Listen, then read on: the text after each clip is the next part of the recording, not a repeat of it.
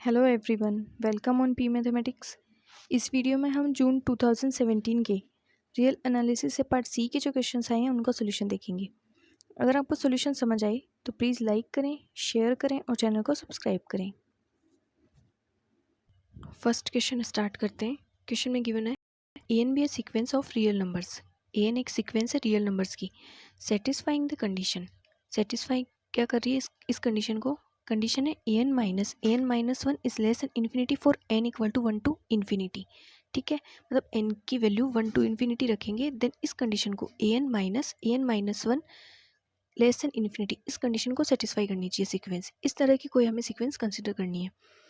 Then the series, अब जो ये ए एन सीक्वेंस कंसिडर करी, इससे एक सीरीज बन रही है ए एन एक्स की power n where x belongs to R. अब ये बताना है कि ये सीरीज कन्वर्जेंट होगी या नहीं होगी, और अगर होगी तो वो कहाँ कहाँ होगी। जैसे फर्स्ट ऑप्शन तो गिवन है नो वेयर ऑन आर, मतलब ये सीरीज कन्वर्जेंट होगी नहीं पूरे आर पे, ये तो ये है। फिर सेकंड है एवरीवेयर ऑन आर, मतलब पूरे आर पे सीरीज क्या है, कन्वर्जेंट है। Third on some set containing open interval -1 to +1, मतलब कोई ऐसा सेट जिसमें ये इंटरवल कंटेन हो रहा हो उस पे कन्वर्जेंट है। एंड फोर्थ है only on open interval -1 to +1, सिर्फ इस इंटरवल पे ही कन्वर्जेंट है। तो देखिए हम सॉल्यूशन स्टार्ट करते हैं। ए एन हमें गिवन है पॉजिटिव रियल नंबर्स की सीक्वेंस, ठीक है, और कंडीशन ये सेटिस्फाई होनी चाहिए। देन अगर हम ए एन को 1/n कंसिडर करें, देन हमारे पास ए एन माइनस वन क्या आ जाएगा। ये ए एन है तो इसकी n-1 टर्म क्या आएगी, 1/n-1। ठीक है, तो यहाँ पे रखेंगे इसको, तो 1/n माइनस 1/n-1। अब ये n की values for n equal to 1 to infinity के लिए ये लेस देन इन्फिनिटी होगी, और n equal to 1 to infinity के लिए।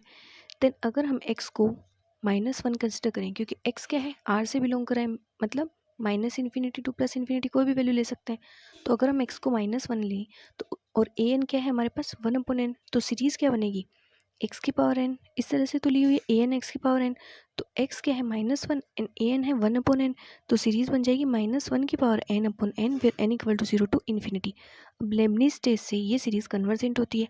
एंड अगर फर्स्ट ऑप्शन को देखें तो फर्स्ट ऑप्शन में क्या गिवन है, ये सीरीज कन्वर्जेंट कहीं पे भी नहीं है पूरे आर में, तो ये ऑप्शन इनकरेक्ट हो जाएगा, क्योंकि हम ऐसे सीक्वेंस लेके चले जो इस कंडीशन को सेटिस्फाई कर रही है।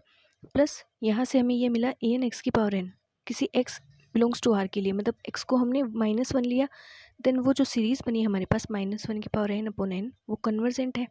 तो यहाँ से फर्स्ट ऑप्शन इनकरेक्ट हो गया। अब सेकंड में गिवन है एवरीवेयर ऑन आर, बट अगर अब हम यहाँ पे x की वैल्यू +1 लें, तो +1 लेने से सीरीज क्या बनेगी हमारे पास 1/n, and by p test it is not convergent, ये तो डाइवर्जेंट होती है, क्योंकि पी टेस्ट क्या होता है, जब p की वैल्यू ग्रेटर देन 1 हो देन सीरीज कन्वर्जेंट। बट यहाँ पे तो p की वैल्यू क्या है हमारे पास 1 है, ये ग्रेटर देन 1 है नहीं, तो इसलिए बाई पी टेस्ट ये सीरीज कन्वर्जेंट नहीं होगी।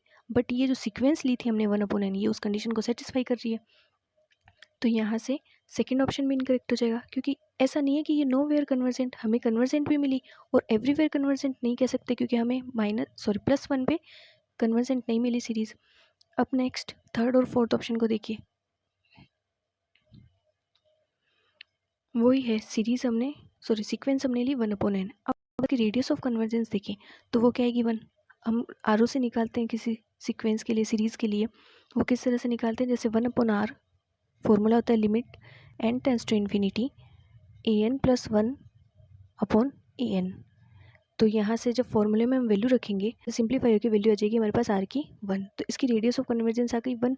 अब x इक्वल टू 1 पे हमारे पास सीरीज क्या मिली थी 1/n, जो कि डाइवर्जेंट है, एंड x इक्वल टू -1 पे हमें सीरीज मिली -1 की पावर n/n। लेबनीज टेस्ट से ये सीरीज कन्वर्जेंट है, तो इसका मतलब जो इंटरवल ऑफ कन्वर्जेंस हुआ वो क्या हो गया, close interval -1 to open interval +1। ठीक है, ये हमारे पास इंटरवल ऑफ कन्वर्जेंस आया। इसका मतलब -1 पे तो सीरीज कन्वर्जेंट है, बट +1 पे सीरीज कन्वर्जेंट नहीं है। तो अब इस इंटरवल के अंदर, इस इंटरवल में अगर हम देखें तो ये ओपन इंटरवल, तो ये वाला इंटरवल इस ओपन इंटरवल को कंटेन करता है। तो अब ऑप्शंस देखिए, ऑप्शन थर्ड में गिवन है, मतलब ये series convergent on some set containing -1 to +1 open interval, ये करेक्ट हो जाएगा। एंड फोर्थ में गिवन है सिर्फ इस ओपन इंटरवल पे सीरीज कन्वर्जेंट है, बट हमारे पास वो series close interval -1 to open interval +1 पे है, तो यहाँ से फोर्थ ऑप्शन इनकरेक्ट हो गया एंड थर्ड ऑप्शन करेक्ट हो गया।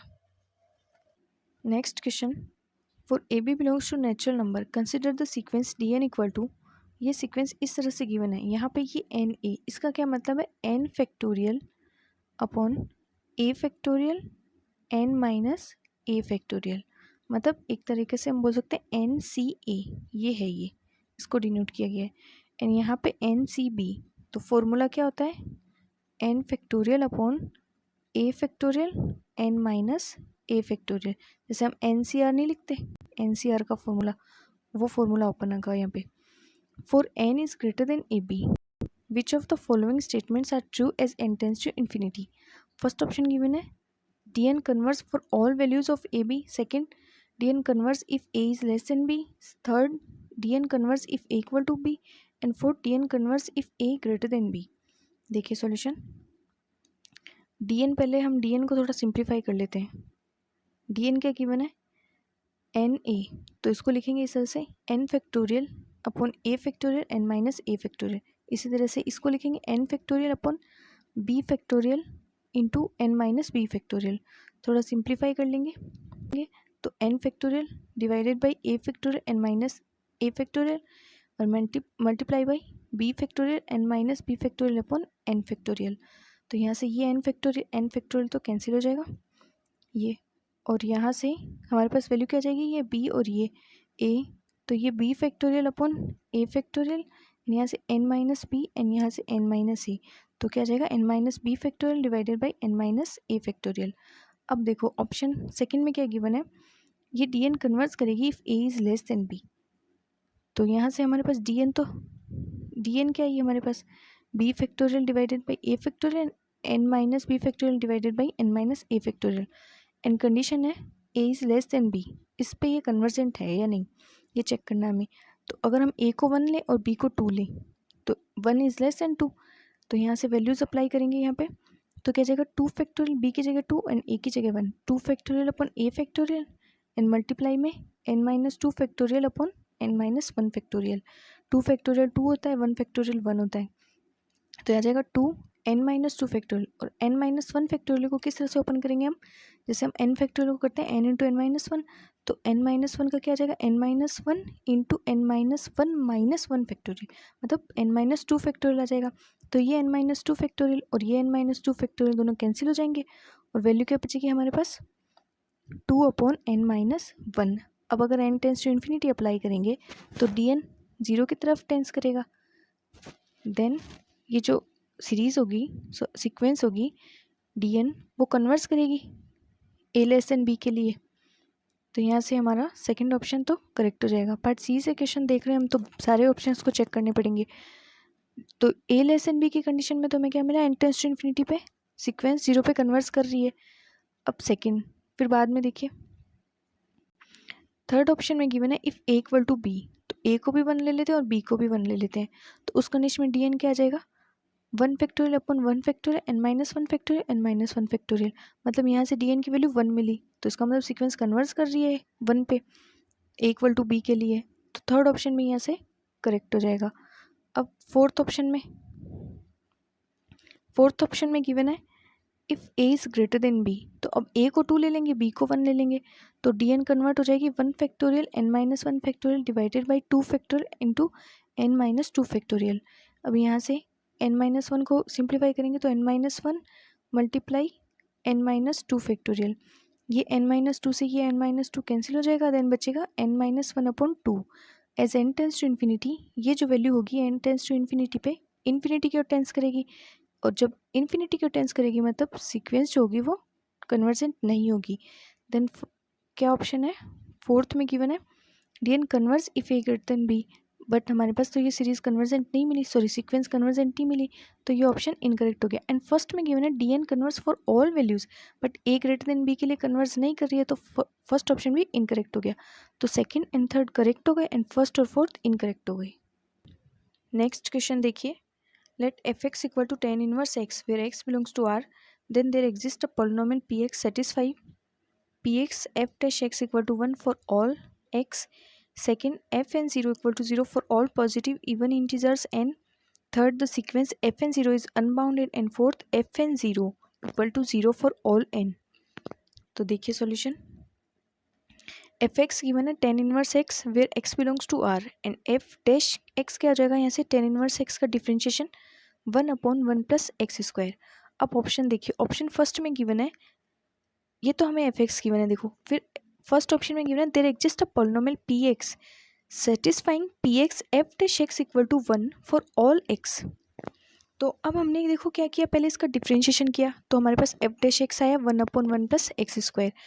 अब हम क्या करेंगे, पॉलिनोमियल कंसिडर करेंगे और हमें ये दिखाना है कि उस पॉलिनोमियल के लिए मतलब एक्स की सारी वैल्यूज़ के लिए ये पॉलिनोमियल का जब एफ डैश एक्स से मल्टीप्लाई करवाएंगे तो वैल्यू क्या आनी चाहिए 1। तो हमने एफ डैश एक्स फाइंड किया, एफ एक्स का डिफ्रेंशिएशन किया, एफ डैश एक्स मिला हमें 1/1 plus x square, ten inverse x का डिफ्रेंशिएशन।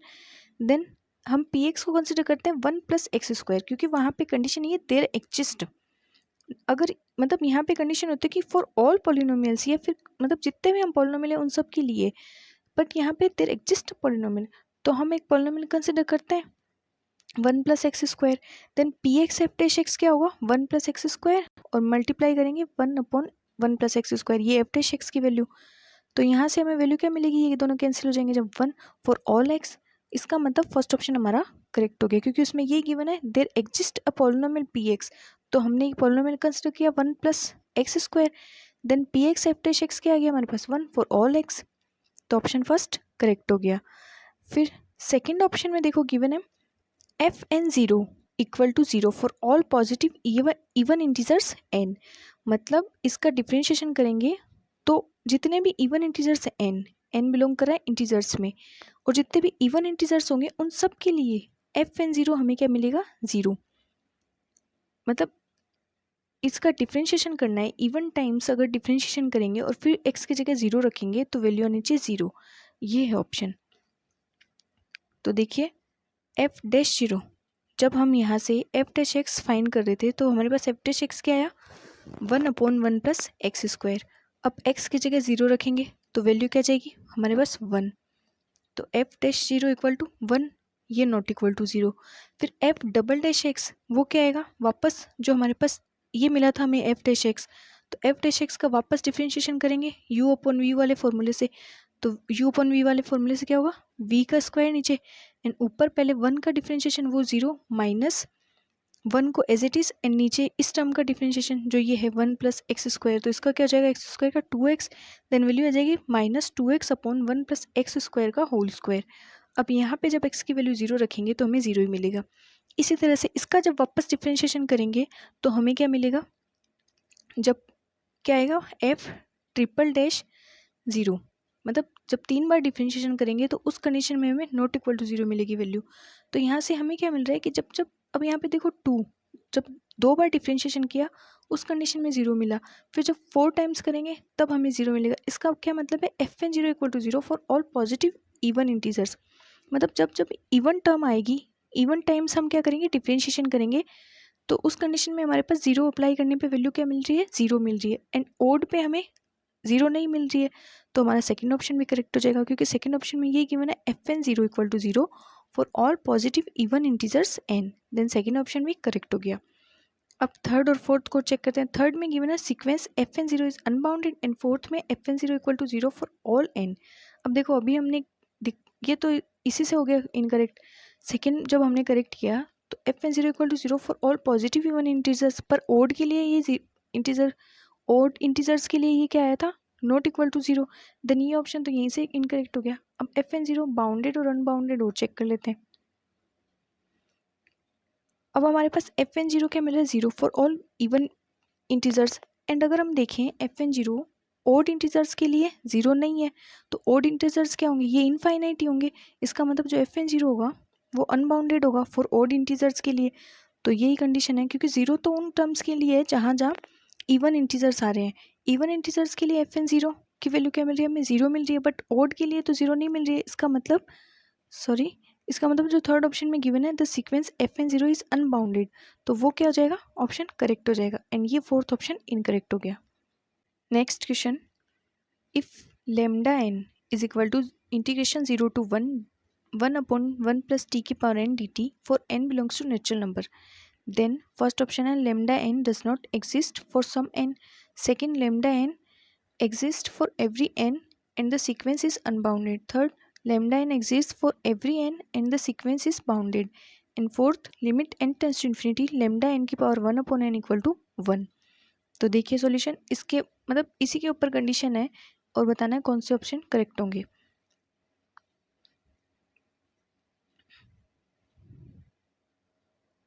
तो हमें लेमडा एन गिवन है integration 0 to 1 dt upon 1 plus t की power n where n belongs to natural number. तो पहले हम थोड़ा इसको सिंप्लीफाई कर लेते हैं. 1 प्लस टी की power n 1 upon 1 plus t की पावर n है, इसका इंटीग्रेशन कर देंगे तो क्या जाएगा 1 प्लस टी की power minus n plus 1 upon minus n plus 1, या फिर 1 माइनस एन लिख सकते हैं इसको. एंड इंटीग्रेशन की लिमिट है 0 to 1. देन लिमिट अप्लाई करेंगे तो ये तो 1 अपॉन 1 माइनस एन, ये तो बाहर आ जाएगा कॉमन. एंड यहाँ पे अप्लाई करेंगे तो पहले टी की जगह 1 रखेंगे तो क्या जाएगा 2 की power minus n plus 1, and फिर 0 रखेंगे तो माइनस 1.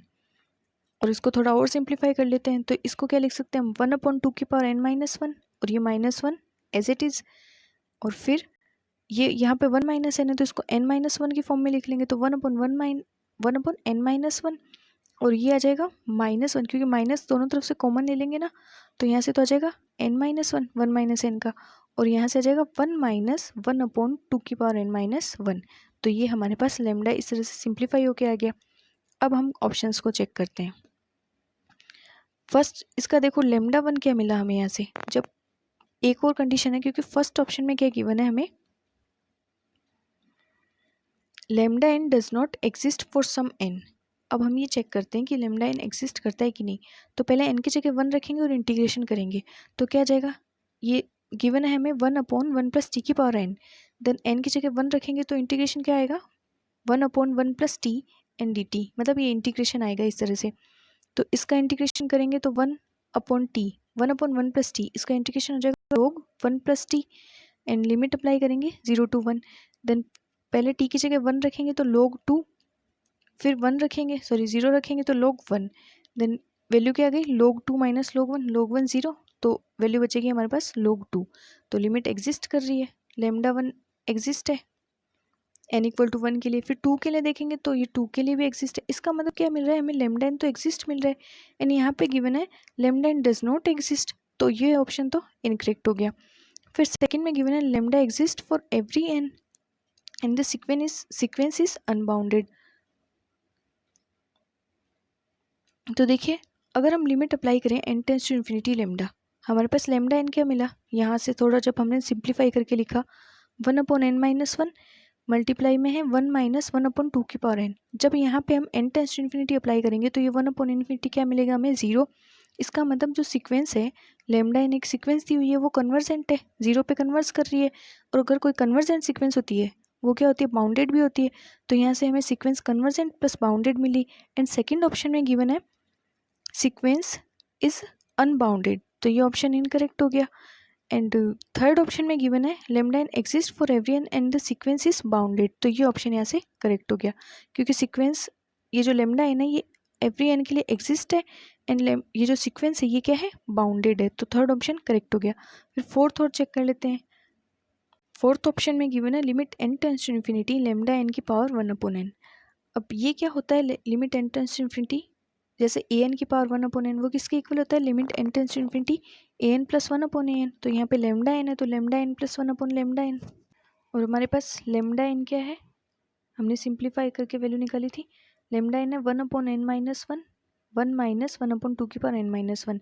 तो यहाँ से लेमडा एन प्लस 1 क्या आ जाएगा एन की जगह एन प्लस 1 रख देंगे तो ये आ जाएगा 1 अपॉन एन 1 माइनस 1 अपॉन 2 की पावर एन, और ये लेमडा एन की वैल्यू है. तो इन दोनों से सिंप्लीफाई होकर जब एन टेंस टू इन्फिनिटी रखेंगे तो वैल्यू आ जाएगी 1. और फोर्थ ऑप्शन में यही गिवन है limit n tends to infinity lambda n की power 1 upon n equal to 1, तो ये ऑप्शन करेक्ट हो जाएगा क्योंकि ये वैल्यू इसके इक्वल होती है और इसकी वैल्यू हमने फाइंड की 1, देन इसकी वैल्यू भी 1 हो गई, तो फोर्थ ऑप्शन करेक्ट हो गया. Next question, let S be the set of alpha beta belongs to R square such that x की पावर अल्फा y की power beta upon root x square plus y square tends to 0 as x y tends to 0 0. Then S is contained in first option alpha beta such that alpha greater than 0 beta greater than 0. Second alpha beta where alpha greater than 2 and beta greater than 2. Third alpha plus beta greater than 1 and fourth alpha plus 4 beta greater than 1। तो देखिए solution, S set है इस तरह से given where alpha beta belongs to R square and x की power alpha y की power beta upon root x square plus y square tends to 0 as x y tends to 0 0। तो हम क्या करते हैं, पहले कोई एक path y equal to m x लेते हैं। तो y equal to m x पे चेक करते हैं इसको।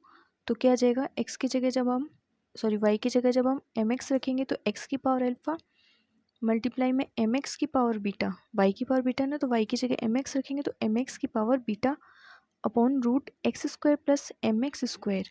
देन x की टर्म को कॉमन ले लेंगे यहाँ से, तो x बाहर आ जाएगा रूट से। जब एक्स स्क्वायर जब रूट से बाहर आएगा तो x एंड यहाँ से x की power alpha plus beta and m की पावर बीटा।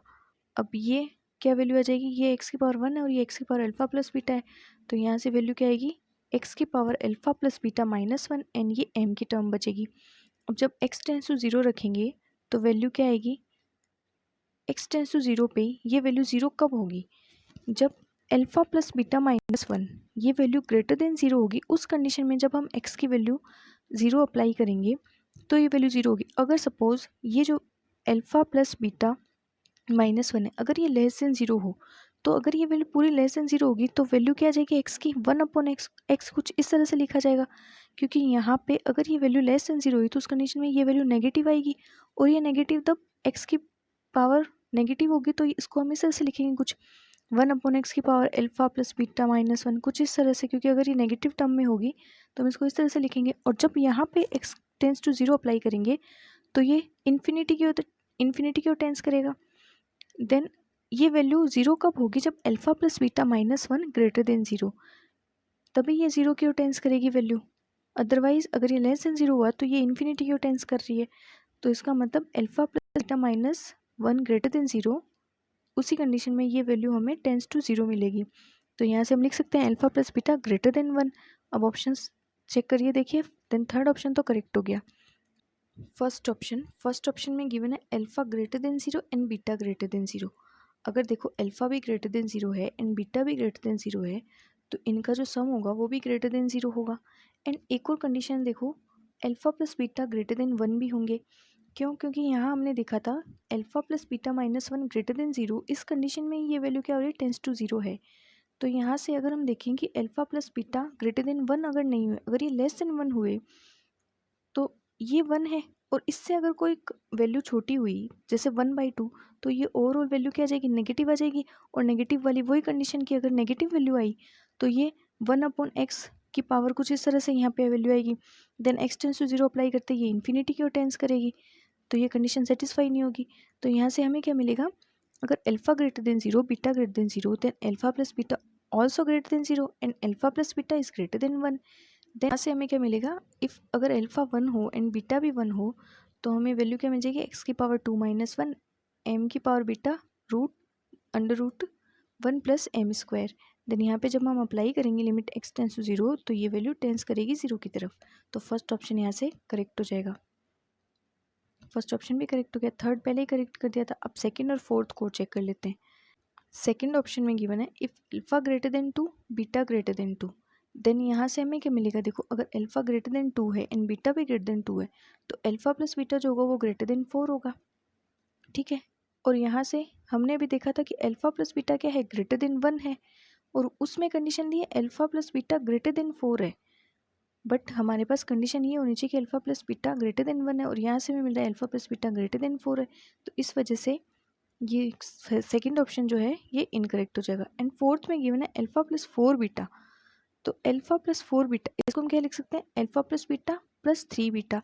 अभी अल्फा प्लस बीटा है ये ग्रेटर देन 1 है, देन प्लस में है 3 बीटा, तो ये पूरी क्वांटिटी क्या होगी, ये भी ग्रेटर देन 1 होगी। तो यहाँ से फोर्थ ऑप्शन भी करेक्ट हो जाएगा।